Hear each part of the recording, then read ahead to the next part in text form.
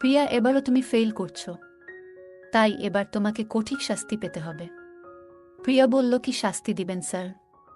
আমি তাকে বললাম, যাও ঘরের দরজাটা বন্ধ করে দিয়ে আসো আগে। তারপর আমি প্রিয়াকে টেবিলের উপরে বসিয়ে, বন্ধুরা রেডি থাকো, গল্পটি তোমাদের ভালো লাগবে। আমার নাম সৌরভ। এই গল্পটি তখনকার, যখন আমি কলেজে পড়াশোনা করতাম। পড়াশোনায় আমি ভালোই ছিলাম, কিন্তু আমাদের পারিবারিক অবস্থা খুব একটা ভালো ছিল না। আমার মাই একমাত্র সঙ্গী ছিলেন, কারণ ছোটবেলায় আমার বাবা মারা যান। মা নিজের শ্রম দিয়ে সংসার চালাতেন, আর আমি সবসময় ভাবতাম কিভাবে মাকে সাহায্য করতে পারি। একদিন আমি ঠিক করলাম আমার শিক্ষকের সাথে বিষয়টি নিয়ে কথা বলবো। তিনি আমার পরিস্থিতি শুনে আমাকে সমর্থন করলেন এবং কিছু কাজের সুযোগ দিলেন। তার সাহায্যে আমি কলেজ শেষে টিউশনি শুরু করলাম, যাতে আমি কিছু টাকা উপার্জন করতে পারি। আমি প্রতিদিন সকালে বিভিন্ন ছাত্রছাত্রীদের বাড়িতে গিয়ে 1 ঘন্টা করে পড়াতাম। ছাত্রীদের পড়ানোর সময় আমি কিছুটা অস্বস্তি বোধ করতাম। এর মধ্যেই একদিন আমার এক ছাত্রের বাবা আমাকে বললেন, আমার মেয়েটি 10ম শ্রেণীতে পড়ে, তুমি যদি ওকে পড়াতে পারো তাহলে আমি কৃতজ্ঞ থাকব। আমি অবাক হলাম, কারণ উনি নিজেই একজন শিক্ষক, তাই মনে করেছিলাম উনিই মেয়েকে পড়াবেন। কিন্তু উনি বললেন, আমার মেয়ে একটু দুষ্টু, আমার কথা খুব একটা শুনতে চায় না। তার কথা শুনে আমি রাজি হয়ে গেলাম। ছাত্রের বাবা খুব ভালো অবস্থায় ছিলেন, তার একটি বড় ব্যবসা ছিল, তাই আমি জানতাম উনি আমাকে ভালো পারিশ্রমিক দিতে পারবেন। তখনই আমি ঠিক করলাম যে তাদের বাড়িতে গিয়ে টিউশন পড়াবো। সেই দিন উনি আমাকে তার বাড়িতে নিয়ে গেলেন। আমি ড্রয়িং রুমে বসে অপেক্ষা করছিলাম। আর কয়েক মিনিট পর তার মেয়ে ড্রয়িং রুমে এসে হাজির হলো। যখন আমি তাকে প্রথম দেখলাম, সত্যি বলতে আমি হতবাক হয়ে গিয়েছিলাম, যেন আমি কোনো পরীর সামনে বসে আছি। তাকে দেখে আমি মুগ্ধ হয়ে গেলাম। অসম্ভব সুন্দর দেখতে সে। গায়ের রং একদমই ফর্সা, বড় লোকের মেয়ে, তাই মনে হয় সে সব সময় টাইট ফিট পোশাক পরত। আমি বরাবরই লাজুক প্রকৃতির, আর আমার মা আমাকে খুব শৃঙ্খলাপূর্ণভাবে বড় করেছেন। আমাদের পরিবারে আমার কোনো বোন ছিল না, তাই আমি মেয়েদের সাথে তেমন কথা বলতাম না। কিন্তু তার সাথে মিষ্টিভাবে কথা বলার চেষ্টা করলাম। কিছুক্ষণ পড়ানোর পর আমি বললাম, আজকের জন্য এখানেই পড়ানো শেষ, আমি এখন যেতে পারি। তার নাম ছিল প্রিয়া, এবং তার কথা আমার মনে খুব গভীরভাবে গেঁথে গিয়েছিল, কারণ সে ছিলই অনেক সুন্দর। পরদিন তাকে আবার দেখলাম, সে তার বন্ধুদের সাথে খেলছিল, আর আমি হঠাৎ চোখ নামিয়ে নিলাম, কারণ সে অনেক শর্ট পোশাক পরেছিল। সে আমাকে দেখে তাড়াতাড়ি ঘরে ঢুকে গেল। কিছুক্ষণ পর সে ড্রেস চেঞ্জ করে আসে। কিছুক্ষণ পর সে আবার পড়াশোনা করতে আসলো, তবে এবার একটা লম্বা টি শার্ট পরেছিল, যা আমাকে অনেক অস্বস্তিতে ফেলেছিল। এর আগে সে মিনি টপ পরেছিল এবং বলেছিল, স্যার, আগামীকাল আমার পরীক্ষা আছে। আমি তাকে পরীক্ষার জন্য ভালোভাবে প্রস্তুত করিয়েছিলাম এবং বলেছিলাম, তুমি এই পরীক্ষায় ভালো করবে, আমি নিশ্চিত। তবে সে কিছুটা চিন্তিত ছিল, বলল, স্যার, বায়োলজি খুব কঠিন, হয়তো ভালো নম্বর পাব না, কিন্তু পাশ করব। আমি তাকে সান্ত্বনা দিলাম এবং বললাম, কিছু হবে না, সব ঠিক হয়ে যাবে। সে তখন একটু দুশ্চিন্তায় ছিল, কিন্তু আমি তাকে আশ্বস্ত করলাম। তারপর মজা করে বললাম, যদি ফেল করো তাহলে শাস্তি পাবে। সে একটু হেসে বলল, ঠিক আছে স্যার, আমি যদি ফেল করি আপনি যে কোনো শাস্তি দিতে পারেন। এরপর আমি অপেক্ষা করতে লাগলাম পরীক্ষা শেষ হওয়ার জন্য। মনে মনে মজা পেয়েছিলাম, আর প্রিয়ার পরীক্ষার পরের দিনটা নিয়ে ভাবছিলাম, সে ফেল করলে আমি তাকে কি শাস্তি দিব। পরের দিন প্রিয়া এলো, আর সে বলল, স্যার, আমি ফেল করেছি। আর আমি মজা করে রাগ দেখিয়ে বললাম, তোমাকে ভালোভাবে পড়িয়েছি, কিন্তু তুমি ফেল করেছ। সে আমার কথা শুনে হেসে বলল, স্যার, আপনি যেই শাস্তিই দেন আমি তা মেনে নেব। আমি হাসলাম, আর আমাদের দুজনের মধ্যে একটা ভালো সময় কাটল। প্রিয়াকে দেখে আমার মনের ভেতর একটা অদ্ভুত অনুভূতি জেগে উঠল। আমি তাকে বললাম, শাস্তি পেতে চাইলে তোমাকে আগে ভালোভাবে মনোযোগ দিতে হবে পড়াশোনায়। সে এসে আমার পাশে বসল। তখন আমি তাকে মজা করে জিজ্ঞাসা করলাম, তোমার বয়স কত? সে বলল, 16 বছর, আর আমার বয়স তখন 21 বছর।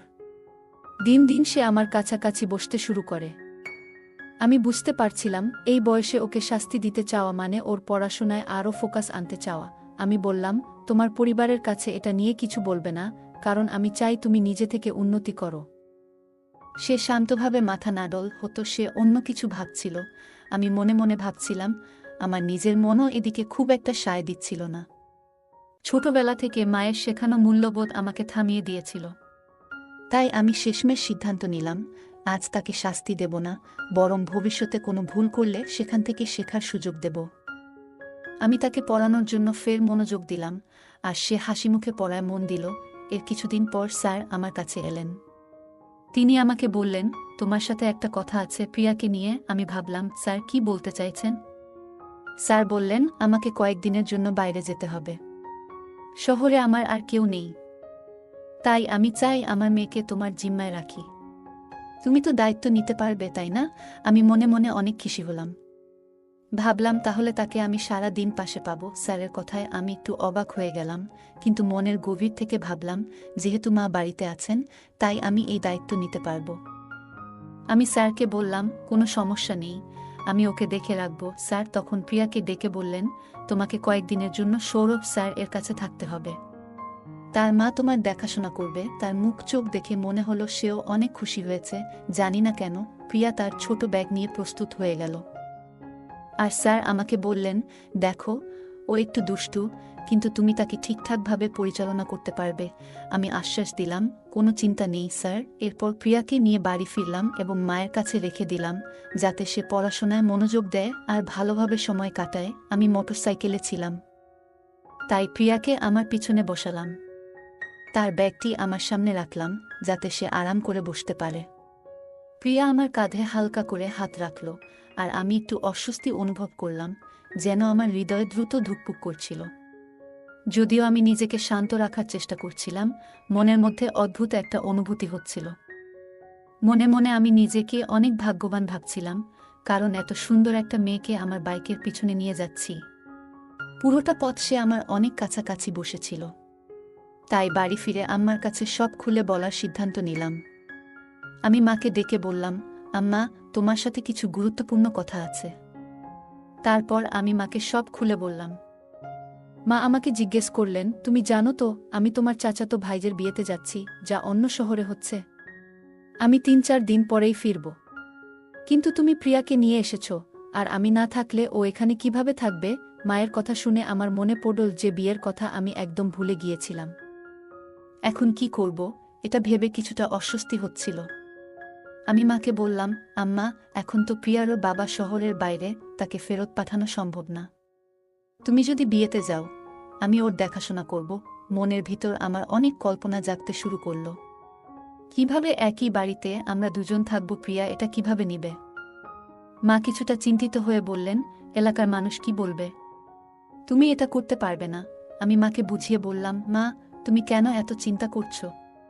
তুমি আমার উপর ভরসা রাখো, আমি সবকিছু ঠিকঠাকভাবে সামলে নেব। তুমি নিশ্চিন্তে বিয়েতে যাও, আমি আমার দায়িত্ব ঠিকমতো পালন করব, আর তুমি আমার উপর পুরোপুরি বিশ্বাস রাখতে পারো। মা শেষমেশ আমার উপর বিশ্বাস রেখে বিয়েতে চলে গেলেন, আর প্রিয়া আমার সাথে থেকে গেল। রাতের বেলা প্রিয়া জিজ্ঞেস করল, স্যার, আপনার মা এখনো আসেনি? আমি তাকে আশ্বস্ত করে বললাম, না মা, খুব তাড়াতাড়ি ফিরে আসবে, চিন্তা করো না। পরের দিন ছুটি ছিল, তাই প্রিয়ার পড়াশোনার ব্যাপারে কিছুটা ফাঁকি দিতে চাইল। সে বলল, কাল স্পোর্টস ডে, তাই আমি আজ স্কুলে যেতে চাই না। আপনি কি কাল আমাকে পড়াবেন? আমি তাকে মজা করে বললাম, তুমি আগে ভালো করে ঘুমাও, কাল তো ছুটি আছে। তারপর আমরা পড়াশোনা নিয়ে বসব। সে হাসি মুখে ঘরে চলে গেল। ঘুমানোর জন্য সে একটি সুন্দর নাইট ড্রেস পরেছিল, যা তাকে অনেক সুন্দর লাগছিল। আমি শুধু তার দিকে চেয়ে থাকছিলাম। আমি বুঝতে পারছিলাম যে হয়তো আমার উচিত ছিল প্রিয়াকে আগেই কিছু সত্যি কথা জানানো। আমি চাইনি ওর মনে কোনো খারাপ ধারণা তৈরি হোক। ঘরে আমরা দুজন ছাড়া আর কেউ নেই, এটা জেনে প্রিয়া অস্বস্তি বোধ করতে পারে। আমি নিজের ঘরে গিয়ে শুয়ে পড়লাম, তখন হঠাৎ অনুভব করলাম দরজা একটু খুলে গেছে। মনে হচ্ছিল কেউ আমার পাশে বসে আছে। আমি আলো জ্বালানোর জন্য উঠে দাঁড়ালাম, এবং তখনই দেখি প্রিয়া আমার বিছানার পাশে দাঁড়িয়ে। আমি অবাক হয়ে জিজ্ঞেস করলাম, তুমি এখানে কেন? সে লজ্জিতভাবে বলল, আমি একা ঘুমাতে পারছি না। ছোটবেলা থেকেই আমি বাবার ঘরে ঘুমাই, আর এখন পুরো বাড়িটা একেবারে ফাঁকা। আমার ভয় লাগছে। আমি চুপ করে শুনছিলাম। বুঝতে পারলাম ও আসলেই খুব অস্বস্তিতে আছে। আমি তাকে শান্তভাবে বললাম, তুমি তো এখন আর ছোট নও, আমাদের এক ঘরে থাকা উচিত নয়। কিন্তু সে বলল, জানি, কিন্তু আমি একা থাকতে পারছি না। খুবই অসহায় লাগছে। রাতে একা ঘুমানো আমার পক্ষে সম্ভব নয়। তার কথা শুনে আমি বিব্রত বোধ করছিলাম, কারণ ও সত্যিই খুব ভয় পাচ্ছিল। আর মনে মনে ভাবছিলাম তার মনে কি কিছু চলছে নাকি। আবার আমি পরিস্থিতি সামাল দিতে বললাম, ঠিক আছে, আমি কিছু একটা ব্যবস্থা করি। তারপর আমি মেঝেতে একটি কম্বল পেতে দিলাম এবং বললাম, তুমি বিছানায় শুয়ে পড়ো আর আমি মাটিতে ঘুমাবো। সে তাড়াতাড়ি বিছানায় শুয়ে পড়ল, কিন্তু আমার মনের মধ্যে একটা অস্থিরতা কাজ করছিল। আমি যদি আগেই জানতাম তাহলে প্রিয়াকে এভাবে আনতাম না। আমি মেঝেতে শুয়ে পড়লাম, কিন্তু প্রিয়া ঘুমের ধরন আমাকে বেশ অস্বস্তিতে ফেলছিল। কারণ রুমের লাইট অন ছিল, প্রিয়া অফ করতে বারণ করেছে। সে ঘুমানোর সময় অনেক নড়াচড়া করছিল আর বিছানায় গুটিয়েছিল। এসব কিছু আমাকে একটু বিব্রত ও অস্থির করে তুলেছিল, তবে আমি নিজেকে শান্ত রাখার চেষ্টা করছিলাম।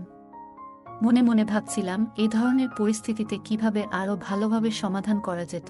আমার আবেগ কিছুটা নিয়ন্ত্রণের বাইরে চলে যাচ্ছিল। পরের দিন সকালে আমি নিজেকে শান্ত রাখার চেষ্টা করলেও প্রিয়া একটু কড়া ধমক দিলাম, তুমি এমনটা কেন করছো? আমি সিদ্ধান্ত নিয়েছিলাম পড়ানোর সময় ওকে একটু বেশি শাসন করব যাতে সে শিখতে মনোযোগী হয়। শুরুতেই আমি ওকে প্রতিটি বিষয়ে মন দিয়ে পড়তে বললাম এবং যদি ও ভুল করে আমি ওকে সংশোধন করতে বলতাম। প্রিয়া কিছুটা অবাক চোখে আমার দিকে তাকালো। আমি বুঝতে পারলাম ওর হয়তো একটু ভয় পেয়েছে, কিন্তু আমি শুধু চাইছিলাম ও যেন পড়াশোনায় আরও মনোযোগ দেয়। তবুও কিছু সময় পর ও বলল, ঠিক আছে, আমি আর কিছুতেই আপনাকে বিরক্ত করব না। যদিও আমার কিছুটা কষ্ট হচ্ছিল, আমি ওকে ফেরত পাঠাতে পারিনি।